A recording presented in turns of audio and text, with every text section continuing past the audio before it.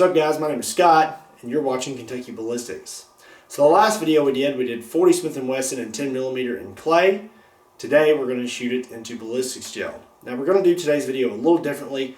Normally I have about 4 blocks of ballistics gel set up, and the problem with that is I have to get the camera back really far to get all that into frame.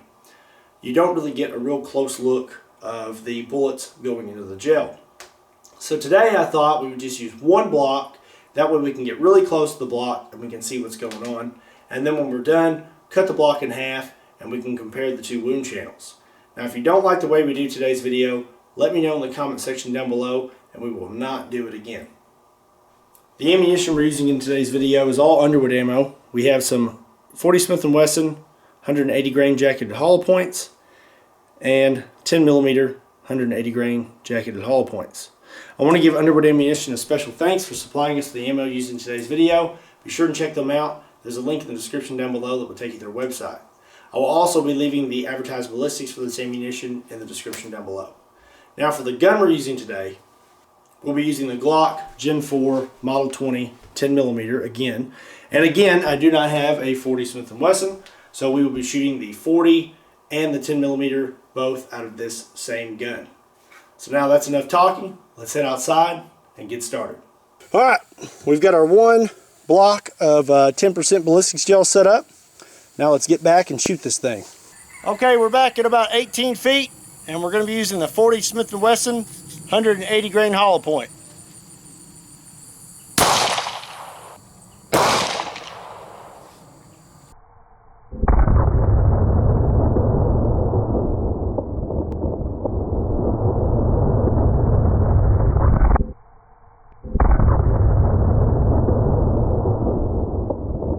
Okay, the 40 Smith & Wesson went through all 16 inches of gel and it hit this piece of wood, and here is the bullet laying on the table. So here's you a quick look at the wound channel, and when we get done I'm going to cut this block open and we will compare the wound channels. Okay, now time for the 10mm 180 grain hollow point.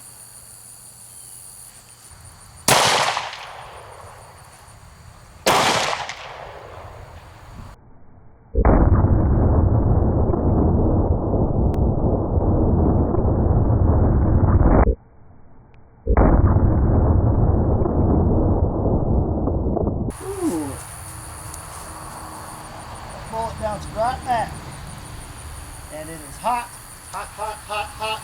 I feel it hot, hot, hot. Okay, so the 10mm blew through all 16 inches of gel, hit the piece of wood here, and flew back at me. And here it is right here, just all mangled. You can tell that that expanded a lot more than the 40 Smith & Wesson. Here's you a quick look at the wound channel. And now I'm going to cut this block in half and we are going to compare the wound channels. So on the left you have 10mm and on the right you have 40 Smith & Wesson. I cut the block in half and then I cut right down the center of these wound channels so you can get a real close look at what they did to the gel. And here are both the bullets side by side. You can tell that the 40 expanded a lot slower, and then the 10mm expanded just rapidly, and it's very mangled. So here are the two wound channels again.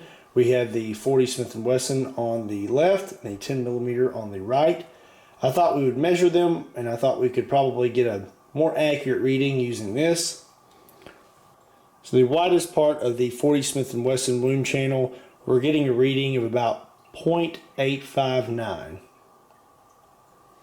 And the widest part of the 10mm wound channel, we're getting about 0.912. Now I don't think it's really fair to measure these two bullets because they smacked into a piece of wood right after they went through the ballistics gel, but we will measure them anyway.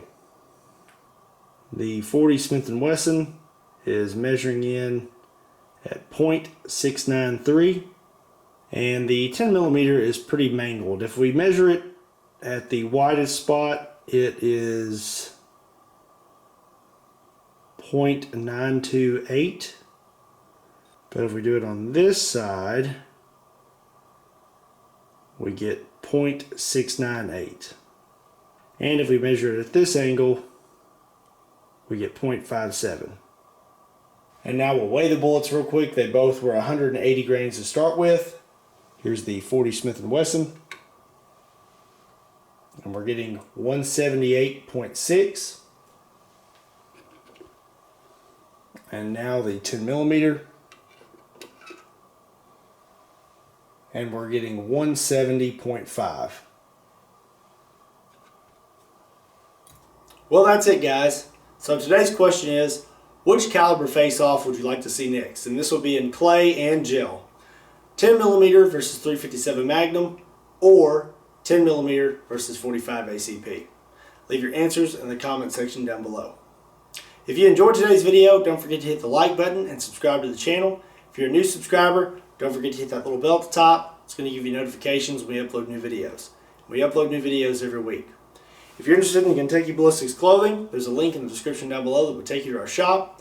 Also links in the description down below that will take you to our Facebook, Instagram, and Twitter. Don't forget to check us out over there too. Once again, my name is Scott. You've been watching Kentucky Ballistics, and I'll see you next time.